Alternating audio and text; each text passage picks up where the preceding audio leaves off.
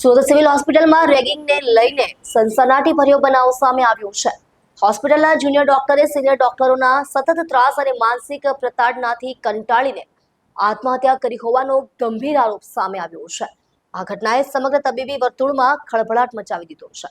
આ કેસ બાદ આજે એબીવીપીના કાર્યકર્તાઓએ સુરત સિવિલ હોસ્પિટલના ડીનની ઓફિસમાં ધસી આવ્યા હતા અને ઉગ્ર વિરોધ નોંધાવ્યો હતો। આંદોલનકારીઓએ ડીનના ટેબલ પર ઠોકી મારીને વિરોધ નોંધાવ્યો અને કહ્યું કે આ ઘટના માત્ર 6 મહિનાના સસ્પેન્શનથી સમાપ્ત થવી જોઈએ નહીં। દોષિત સિનિયર ડોક્ટરો સામે કડક કાર્યવાહી થવી જોઈએ જેથી ભવિષ્યમાં આવો દાખલો કોઈ બનવાની હિંમત ન કરે।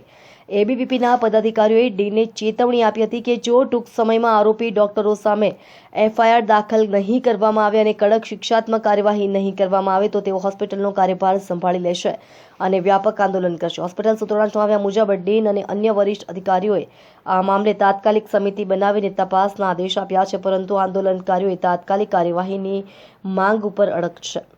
આખા ઘટનાક્રમે સિવિલ હોસ્પિટલના વાતાવરણને તંગ બનાવી દીધું છે। આ તબીબી શિક્ષણમાં વર્ચસ્વ અને માનસિક ત્રાસના સવાલોને ફરી એકવાર કેન્દ્રમાં લાવી દીધા છે। અત્યાર સુધી સત્તાવાર નિવેદન બહાર આવ્યું નથી, પરંતુ સ્થાનિક પોલીસ સ્થિતિ પર નજર રાખી રહી છે।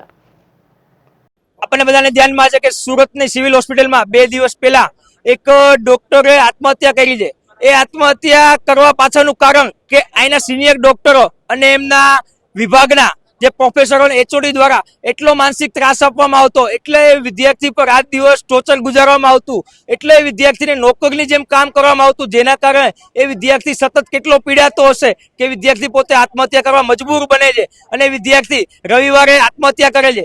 તો આ ઘટના આખી એ ઘટના એક શિક્ષણ જગત માટે અને ડોક્ટર વિભાગ માટે એક નિંદનીય ઘટના છે અને આ શિક્ષણ જગતને એક લાંચ જે ખરાબ બાબત કહેવાય એ ઘટના કહી શકાય। અને આને કારણે એબીવીપી એક સતત માંગ કરે છે કે આ ઘટનામાં જે એમના 4 સિનિયર ડોક્ટરો, 4 એમના પ્રોફેસરો અને એક એચઓડી જે ઘટનામાં સંડોવાયેલા છે, એ સંડોવાયેલા લોકો ઉપર દંડનીય કાર્યવાહી થાય, કાયદાકીય કાર્યવાહી થાય અને એમનું શિક્ષણ પણ હંમેશા માટે રદ કરવામાં આવે।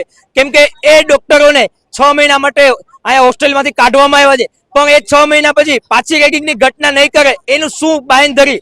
તો આવી ઘટના ભવિષ્યમાં ના બને, કેમ કે 2018 થી લઈને અત્યાર સુધીમાં ન્યૂ સિવિલ હોસ્પિટલમાં 4 રેગિંગની ઘટના બની છે, 4 ડોક્ટરે સુસાઇડ કરી છે। તો આવી ઘટના આગામી સમયમાં ના બને એના કારણે એબીવીપી આંદોલન કરે છે। આ ઘટનામાં સંડોવાયેલા ઉપર તમામ લોકો ઉપર કાયદાકીય, દંડનીય અને ડોક્ટરી પણ હંમેશા માટે રદ કરવામાં આવે। જો આગામી 48 કલાકમાં આ કાયદાકીય કાર્યવાહી, દંડનીય કાર્યવાહી કરવામાં નહીં આવે તો એબીવીપી દ્વારા ન્યૂ સિવિલ હોસ્પિટલ ખાતે ઉગ્રથી ઉગ્ર આંદોલન કરશે અને જો જરૂર પડશે તો સુરતના તમામ ડોક્ટરોને પણ ભેગા કરીને આંદોલન કરશું અને આવી ઘટના બીજી વાર સુરતમાં નહીં બનવા દે। આથી એબીવીપી